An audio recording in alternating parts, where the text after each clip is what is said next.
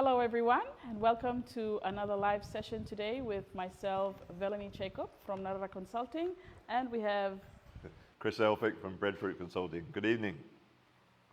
Good evening everyone. We are delighted to have you again on another Ask the Coach session, and we are live through Espresso as always. Today, for now, I'm going to just a recap on what we talked about in our last session. Yep. We went through recruitment, the whole theme of recruitment. What we talked about in our last session was what to do before recruitment. And we've had a guest with us last session, which was Anita, the Assistant General Manager for Moorings. Moorings Hotel, yeah. And she was really good in talking about, from their perspective, how they did recruitment. And from what I take from the last session, she talked about having a balance between, when we put a recruitment vacancy out there, sometimes we get all sorts of applicants that came in. But once the applicants came in, they, took the balance of having someone that's, even if they're not qualified, they kind of find that balance of having the right people into their organization. So that was what I took from the last session that we had with Anita. Yeah. As a coach. Yeah. I think this is a really important subject. Yeah. We're spending 2 or 3 sessions around talking about people. And when you think about it, it's probably one of the biggest items of expenditure. Right. For many business owners, isn't it? Yeah. Yes. Employing people. Yeah. And if you get it wrong, it can be very expensive. Most definitely. I think I touched on that in our last session. From my experience with different organizations that I work with, it's usually about more than 50%. It's usually about 80% of the expenses are for the staff, salaries and staff emoluments. Absolutely. Yeah. And that's all the direct costs, huh? And then imagine if you've got someone working for you and they're not very happy, all that indirect cost in terms of what they talk about when they're outside the business, the way they treat customers. Most definitely. It's a big, big issue, isn't it? It is. And I thought it interesting picking up Anita's point. We'll get people who come for jobs with knowledge. Yep. And they normally prove that, don't they, by showing us their certificates or references and things. But what you can't tell in an interview is how they're going to behave. They may have great qualifications, but in terms of doing what we want them to do, it might be a whole different ball game. Yeah. Yep. And she also talked about coaching in the last session. Yes. Like Chris said, there could be a very nice paper in front of you, but the personality doesn't show on the paper. It shows when the person shows up for work and it's been there for some time, and yeah. So what? It's okay. Yeah. One of the things then I think that for me links to that is about the amount of time people put in, employers put into recruiting. What I think often happens, in my experience, I'd be interested to know what you think, is that very often people recruit when they have a crisis, when there's a panic. The border's open. Oh my goodness, we've got all these people. Now we need to recruit. Yeah? Now that's entirely the wrong time to recruit, because what will happen is you'll take the first person because you panic. You need someone. Yep. But is it the right person? Is that your experience? Yes. It's a rushed decision that you make, and sometimes, not sometimes, most definitely, if it's a rushed decision, you will exert that energy to the staff that you're recruiting. Yeah. And you will be expecting him to do some of the things that, just because you're recruiting him because it's urgent for you, for your business. And you're going to be expecting a lot from him or her, that was not what they anticipated. Absolutely. And that's usually a start of, problems within, between a staff member and the employee, and the employer, sorry. Because it takes time to do this well. doesn't it? Yeah, I mean, we'll talk in a minute about some of the steps that people do need to take, yeah? Yeah. But you're absolutely right. You can't do this in a rush. And the other thing, it seems to me, that whenever we recruit anyone, we're adding someone to our team. Yeah. So even if it's a sole trader, yeah, and they recruit someone to work with them, they're going from a team of 1 to a team of 2. Now they're doubling their size, yeah? Yeah. They don't, I'm sure they don't think about it like that. But that's actually quite important, isn't it, you know? Have they thought through how they're going to communicate and all of those issues? You know, if you're employing 3 people and you bring in a couple more, you're going to a team of 5. It changes the dynamic, it changes the relationship. And you're not expecting that they're all going to be, to have the same personality. They're not all going to have, behave the same way. So it's a relationship that you're creating now. It is. We don't want them to all have the same personality. But that has to be managed. So one of the things I think that for an owner, for a business owner, is their role starts to change the minute they employ people. When they're doing the business on their own, they probably do everything. Yeah. You've been there, yes. But the minute you take on somebody, you become a manager of that person. Now that's a different role. And are all business owners good at managing other people? My experience tells me they're not. They don't all think about it. So I think you can walk around, can't you? Quite a number of businesses in town, or shops particularly, and you look at the staff and you can tell that they just turn up to work, they sit there all day and they go home again. Yeah. Does that encourage you to give of your best? I doubt it.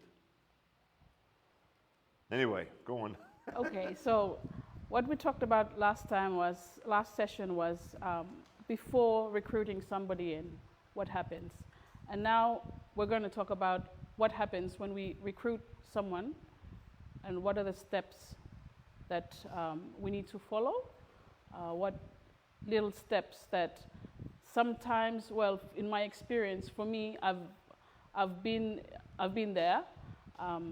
The first step into employment, and some of the things that you're not clear about, a lot of things that you're not clear about, and you go into a job and sit there, and there's nothing on, there's nothing that's given to you to say that this is how to go, and you end up, sometimes if you're an introverted person, you wouldn't go and ask, and you just follow what's happening around, what the activities going on around.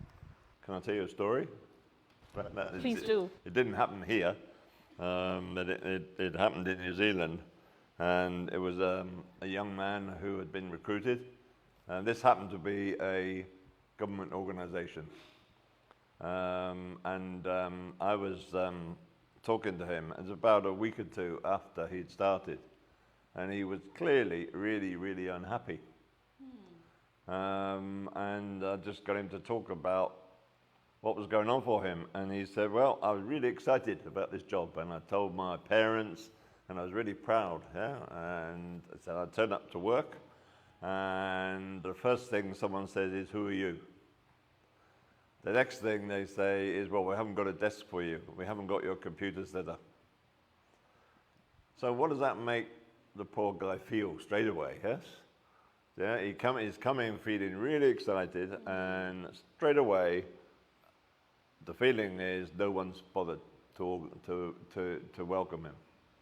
The worst thing was that, because I could tell how he had more to say, he said the worst thing was that at lunchtime, I suddenly found myself sitting there all alone. It was a big, like an open plan office. And I said, well, why? And he said, well, what it turned out was that on that day, I think it was a Thursday or whenever we started, everyone in the office went out for lunch together, but no one told him. No one told him. It's terrible. So this is a true story, yeah, absolutely. So the poor guy was left sitting on his own in an environment where he didn't know, but nobody has had the courtesy to say, come with us. Now I think I don't know, I mean, my guess is that's not uncommon. Yeah? Yeah, yeah.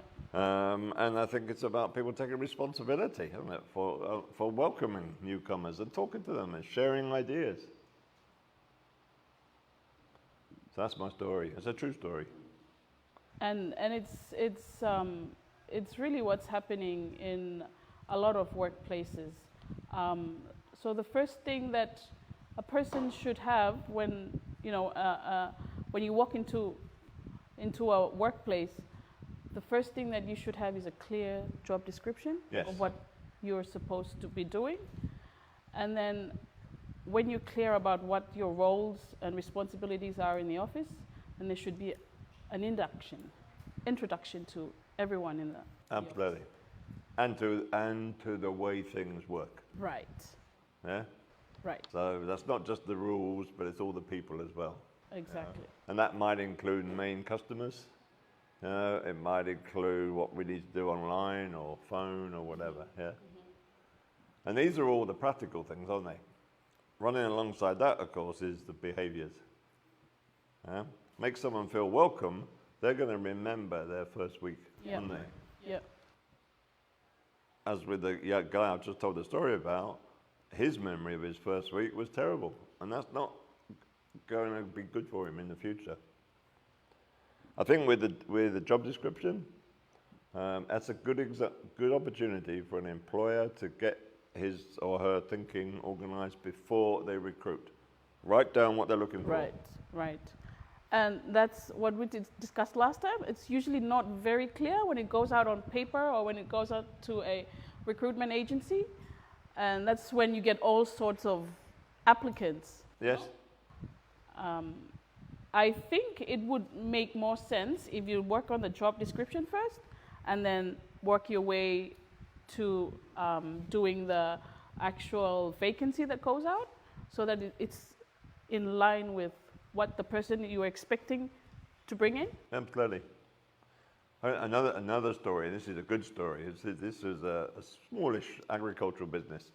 And they had job descriptions for everybody, all the way through to the cleaner. Okay. But all their job descriptions were on the wall.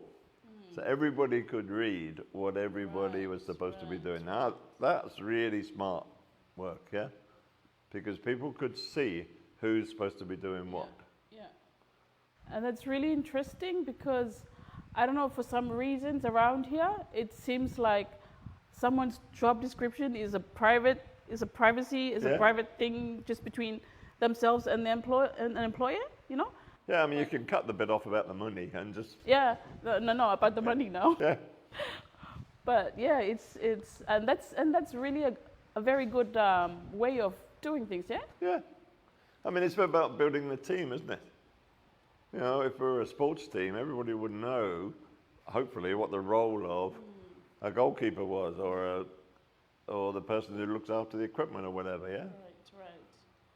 And when we talked about, when we mentioned about the job description being all over and for everyone to know who's doing what, this thing of the handbook. Yes. You know, as business owners, sometimes it would be too busy to, get down and really, sometimes you might forget things that are important, but it's good to have a handbook in place so that you have all the details that you want to make a first good impression for your employee to come in and have all the things laid out in a handbook. Because I think what owners sometimes don't think about, business owners, is the minute they recruit someone, they're recruiting someone to represent them, aren't they? Right. With their public, with their customers. Yeah. Whether it's on the phone or by writing an email or a text or face-to-face, doesn't matter. Yeah? They're represented now. If the owners don't actually bring them into the team and encourage them, they're not going to do that job very well. Yeah. Because they've got to know what to say. Yeah. You know? And how many shops have you been into and you've asked for something and someone says, oh no, the boss is, you'll have to wait till the boss comes back. I mean, that's just a waste of opportunity. Every time that happens to me, I go somewhere else. Yeah, because Customer losing sales. yeah, because the team should be. I mean, that tells me there's a problem with the owner. Yeah. So the handbook, the induction, the job description, these are all really important documents, and they all tie up together, really. You know? Yeah. So the handbook should include working hours, when you get paid, because those are some of the things that, you know, when you walk into a workplace, for me, that would be some of the big questions that I would be asking my employer. If I'm a staff working into a new workplace, I would want to know when to start working and when to finish working, and how do I get paid? When do I get paid? What do I do if I've got a problem or if I feel Yeah. a bit sick or my Yeah. kid's sick? And for someone who doesn't come out and talk, that would be really hard. It would be really hard for them to come out and ask these questions. Absolutely. Some people be very shy. Yeah, So the handbook is partly about the rules, yeah? yeah, The way we do things. This is, but also the handbook should be a little bit of history. Yeah? Yeah.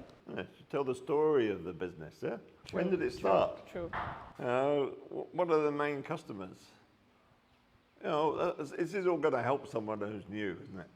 Just to learn a little bit about the background of whoever they're working for. Lovely conversation. Well, when you think about it, what we were saying earlier on, you're going to invest a lot of your time and money into other people. You know, why would we? You know, I mean, I often think that people put more effort into choosing new vehicles for their business than they do new people. It's my experience as a coach, what I've seen over the years. Yeah? People will go around garages and they will decide all sorts of vehicles with people. They make instant decisions, and then they often regret it. And that's not necessarily the fault of the person. True. You know, I mean, my experience is that it very often isn't the fault of the person. It's to do with the employer and them, and just treating, you know, just don't put in the effort in. So I think, you know, I mean, induction, how long do you think induction should take? Probably a week. Absolutely. And not every day, every week. No. You go somewhere new, there's a limit, isn't there, to what your brain can take in, yeah? I Definitely. mean, I think like an hour a day over a week or a fortnight. Yep. And each time you learn, you maybe, and if you're the business owner, you might take the new person with you, yeah? If you're going to go and see a customer somewhere, come along with me, yeah? So they can see, and they can see you working. Oh, because your staff are going to be important, what's the word? They're important salespeople, aren't they? Yeah.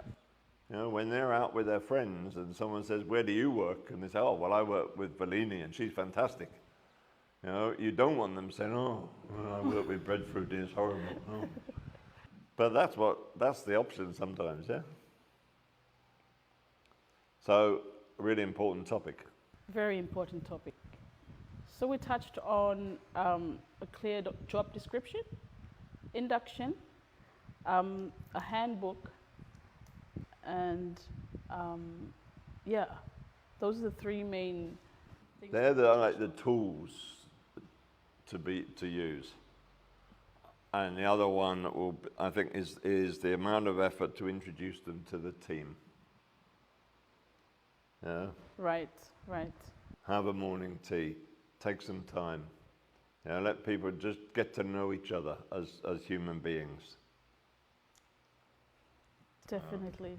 Because this is all about relationships, isn't it? Yeah. You know, so we give someone their job description, which is what they've got to do, but then we want them to be very clear. This is how we want them to do it, and that takes time. Cool. Thank you, Chris. This has been a lovely conversation about recruitment. It'd be great if we could get some feedback. Yes, please, if you have any comments or any feedbacks at all on what we are talking about, please put your comments in the comment section below, questions or feedbacks. We would really appreciate if you could send us anything that, any view that you want on the comment section below. We have a couple of guests with us today. We do, very exciting, from Honiara. Yes, but before we introduce them in, our next session that we will be talking about will be teamwork. Yep. And yeah, we will be talking about teamwork in the next session. Again, if you have any questions at all, please put them down on the comment section below. And if you want a coach, contact us. I mean, our Contact us. details should be running through the screen. Should be here. running through the screen below. Yeah. Nice one. Enjoy the conversation, Melini. Thank you, Chris. This has been lovely. We'll welcome our guests from the Solomon Islands. We have two special guests with us today, and they're from the YECSI. We will get them here and we'll do a little bit of introduction with them. Thank you again, and see you soon. Thanks. Hello everyone, spojista folem Ask the Coach session through the Espresso page. We've been got one prize winning one episode from Nivla about recruitment, and you got one winner, Rex Niklams, pos you save pas lo next limited, lo collect them prize you, and me 2 tickets ikolo tana sine. Thank you for participate, lo comment, lo Ask the Coach session. Welcome back, everyone, to our Ask the Coach session, and we are delighted to have our guests here from the Solomon Islands. Welcome to Vanuatu, and these are our guests from the YECSI, Young Entrepreneurs Council in the Solomon Islands. We welcome you to the show today, and I'll leave this time for you to introduce yourselves, and then we can carry on our conversation. Thank you. Welcome, guys. Yeah, thank you. Yeah, as you already mentioned, we're from the Solomon Islands. Yeah, from YECSI. My name is Maverick Peter Seda. I'm the coordinator for the Young Entrepreneurs Council, Solomon Island. Thank you. Thank you very much. So my name is Daniel Kakadi Poa, and also from the Solomon Islands. I work as a membership and communications for the Young Entrepreneurs Council of Solomon Islands. Thank you. Is this your first visit to Vanuatu? Yeah, it's a first visit, and it's a first official trip from outside of Solomon Islands since we start our job at YECSI. So Oh, yeah, cool. yeah. So it's our first visit to Vanuatu. Yeah. Right. It's good to have you both here. Yeah, Welcome. it's good to be here too. So, could you just, I'm sure everyone that are watching are really keen to know what YECSI does and what you do in YECSI. Yeah, thank you. So, YECSI, we are a youth organization. We focus more on young entrepreneurs, and we only have 2 objectives, which is advocacy and support service. So mainly advocacy, we meet with different stakeholders, including our government and our development partners on how they can help our young entrepreneurs in terms of influencing policy, in terms of supporting young entrepreneurs through the decision-making process, through the license, business license, both on the local level government, the national level government, including the provincial government. So we were like a voice for the young entrepreneurs in Solomon Island, where we go and look, this is what the young entrepreneurs want. This is what affecting the young entrepreneurs. The policy which you propose, or the law which you propose, this is how it's going to affect the young entrepreneurs, especially the young entrepreneurs in the informal sector, because we try to build the bridges from the informal sector to the formal sector. And sometimes the business license and the tax really is piece of the young entrepreneurs in the informal sector. Yeah, so most of them really want to go into the formal sector, but the amount of business license, taxation, this is one of the barriers that block the young entrepreneurs, mainly those in the informal sector to the formal sector. So basically, this is what we actually do. Regarding support service, we host events. I will let Daniel elaborate more on that. Right. Thank you, Maverick, for, as you have heard what Maverick has been saying, we had two main the advocacy and support service. Yeah, so in terms of support service, we usually organize events such as networking events, information session and training, and also mentoring sessions or events for our young entrepreneurs. So most of our members are in the age group of, from the age group of 18 to 40. Yeah, so we had a lot of young female, young male who are members of YECSI with different business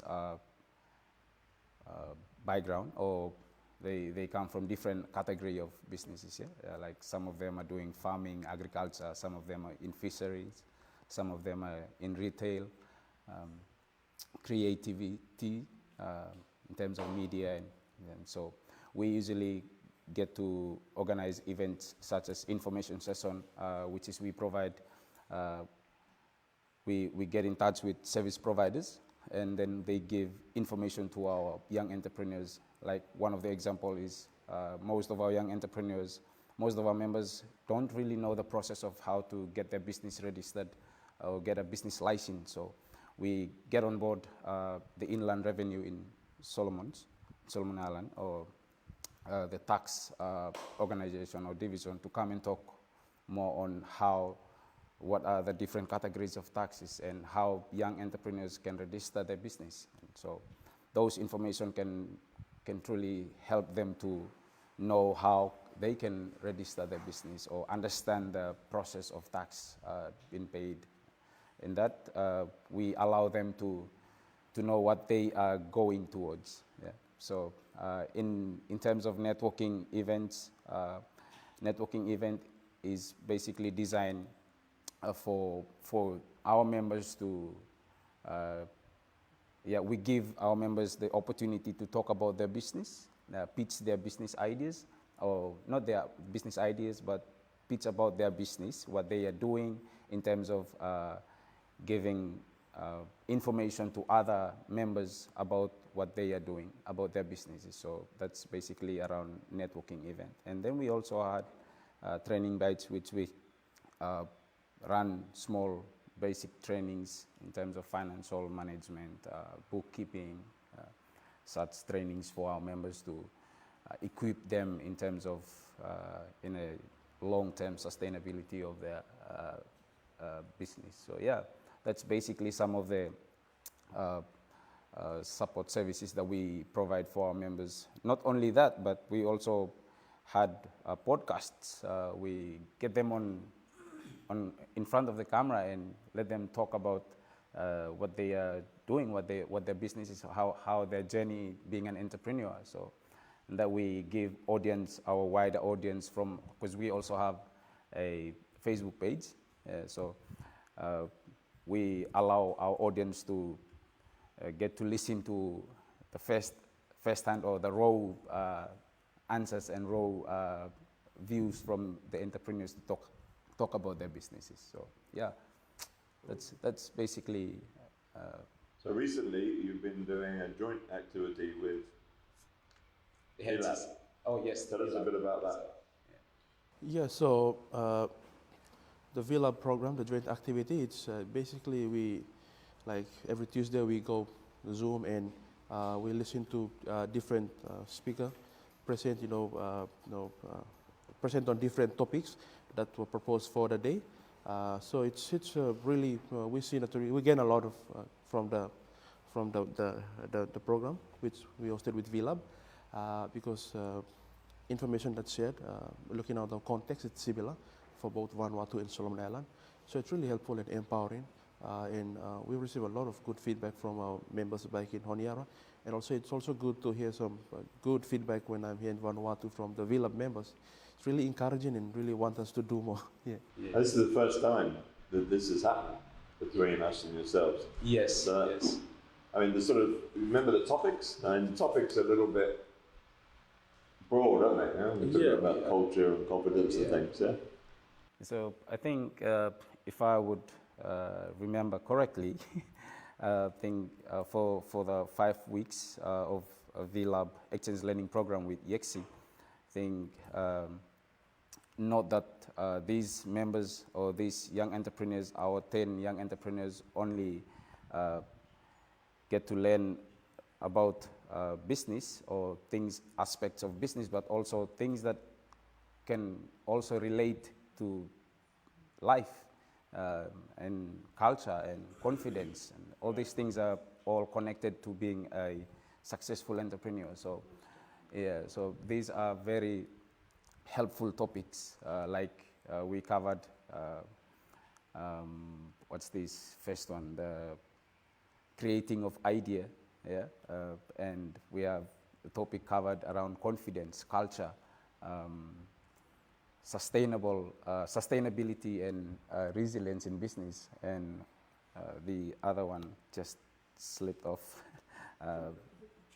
gender inclusion. So see, these topics are not actually on an entrepreneur perspective, but they are in a bigger picture. They are all contributed to one to oneself of an entrepreneur to become successful. So yeah, I must say it really encouraging for our members to learn and to have the opportunity to learn from our guest speakers and you, Chris.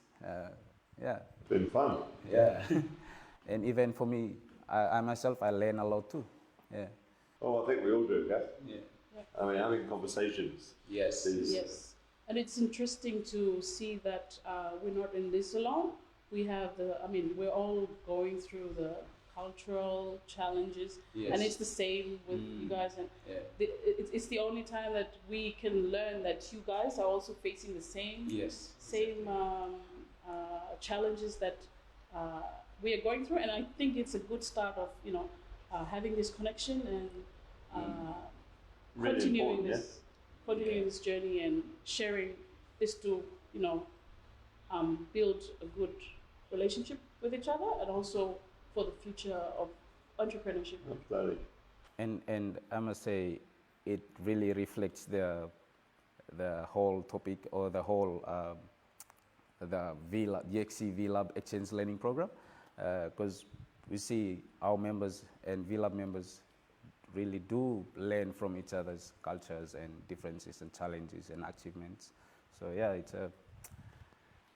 So I remember one of our speakers in one of the sessions said that we can't rely on government to do things for us. Yeah? Yeah. And this is basically about we have to do things ourselves.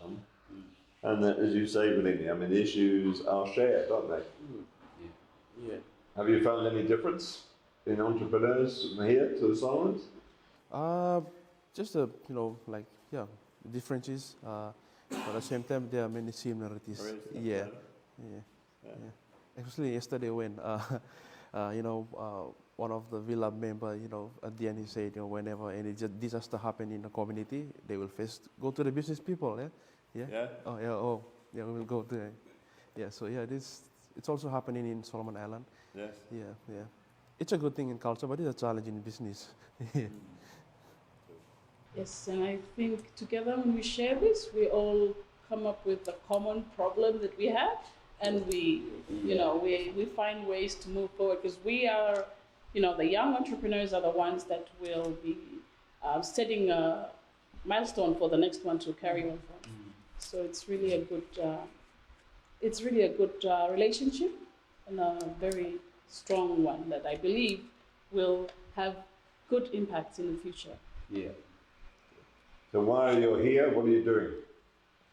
We meet with VLab and other different stakeholders that focus more on youth work and entrepreneurship. Okay. And looking forward to learn more from their work and their members, especially we work with membership-based organizations. So We want to focus more on their members and learn their work, their challenges, their stories. Most important part is their stories. There's, Yeah. So. and you're interested in the seasonal work, aren't you? Yeah. And the issues, because Solomon is increasing in numbers of people who are going to Australia and New Zealand, yeah? Yeah. Back in the Solomons, we have a lot of, especially students in the university. My experience with the University of South Pacific, we write a lot of reference for students withdraw and go to join the seasonal workers program. Yeah, that's a good thing. They go, they have money. When they come back, they need to invest there. Most of them, when they come back, they just spend the money on buying vehicles. Yeah, go to the clubs. So we try to create a space to change the thinking to be an entrepreneur. When they came back, go back to the village and start a business. Yeah, and how they can invest to the community and contribute back to the community. Yeah. I think one of the things I look forward to is to learn from VLab team here in Vanuatu and get to interact and network with young people too, and looking at what are some of the contents that will similar or that will be fit into the context of Solomon Islands, for our young people, so that when we go back, we can see, Vanuatu is doing this in terms of Solomon, we can do this, something like that. Yeah. And the other thing, of course, is the two countries are not huge distances apart, yeah? Yeah. How long did it take you to get here? An hour and a half or something? It's like 1 hour? Yes. 1 hour, 30 minutes. Something like that. So it's not as if you've got to fly for days, yeah? So it's perfectly possible to be thinking about trade, isn't it? Yeah. Yeah, entrepreneurs linking up with each other, helping each other, especially with technology. You can do things now that might have been harder to do a few years ago. Yeah.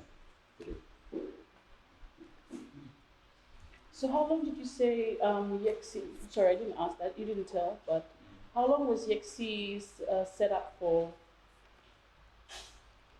YECSI started in 2018. 18, right? Yeah, it started in 2018 up until now. We have a good number of young people or young entrepreneurs become member of YECSI. And we still have a lot of aspiring young people who are keen to learn more about what YECSI is doing back in the Solomons too. Yeah. And do they pay to join? Yeah. Be members? Yeah, it's a membership-based organization, so members to pay. We have different category. Daniel can, talk about that. Yeah, so let me jump in. Okay, yeah, so in terms of membership, we, if you run a business and you employ 1 to 9 people, the membership fee is $200. Yeah, and if you employ 10 and above people, it will be $300 for a year. So it's a yearly membership. So this only applies to the youth entrepreneurs, or is it? It applies to everyone who in the age group of 18 to 40 who wishes to become member of YECSI. And that applies to whether you are a registered business or a non-registered business. Yeah. So for the aspiring ones, we usually gave them they can attend 1 or 2 of our events, and then if they wish to become member, then we register them. Yeah.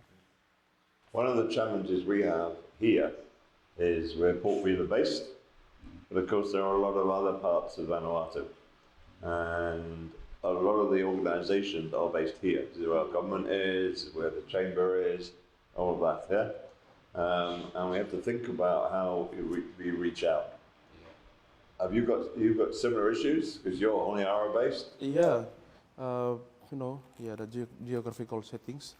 It's a challenge for us, especially going out to the province, connecting to our members in the province. Yeah. But thank God we have technology. Yeah, so yeah, because of we connect through Facebook and Zoom, yeah. But it's a challenge because we want to go there, see their business, experience their challenge, in person, yeah. Talk to them, and see the challenge. It's still a challenge for YECSI.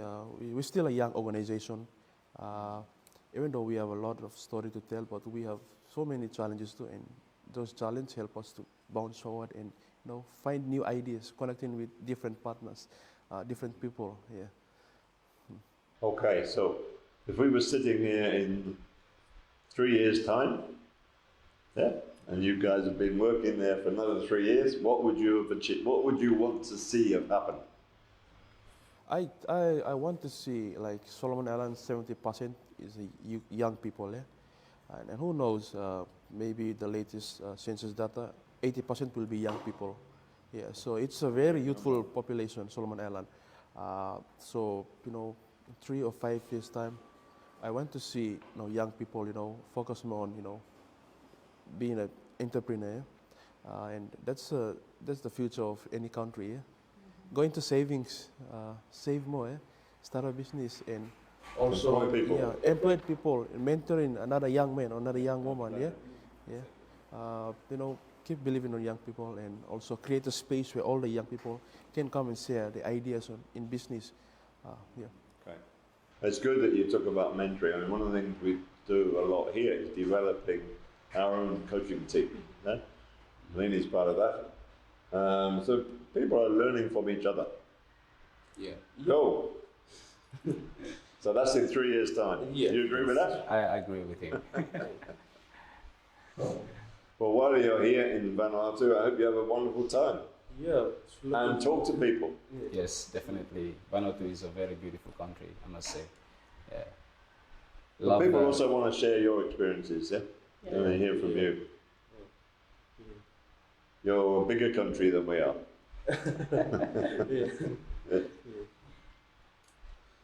Okay, so thank you everyone for this wonderful conversation that we're having. Yes. Yeah. We will almost run out of time. Yeah. No, so before we end our conversation, I think it's like to acknowledge our partners here for the growth of YECSI. Chris has been with YECSI since day one. We have challenges when me and Daniel came in, and other young entrepreneurs. But Chris was there and really dedicate his time, believe in us, mentoring us, build us, and also we have Chamber of Commerce in Solomon Island. Because without Chamber of Commerce, we won't be where we are now. So the Chamber also play a big support in building YECSI. Solomon Island, they see us as junior chamber. Yeah, so with the support of Chamber, YECSI keep growing, and including the New Zealand government keep supporting YECSI. So YECSI is an organization with many partners that moving us forward to a program and activities. Yeah, Chris, thanks. Well, a pleasure to work with you. Yeah. And interesting, isn't it? Both organisations are supported by New Zealand government, yeah?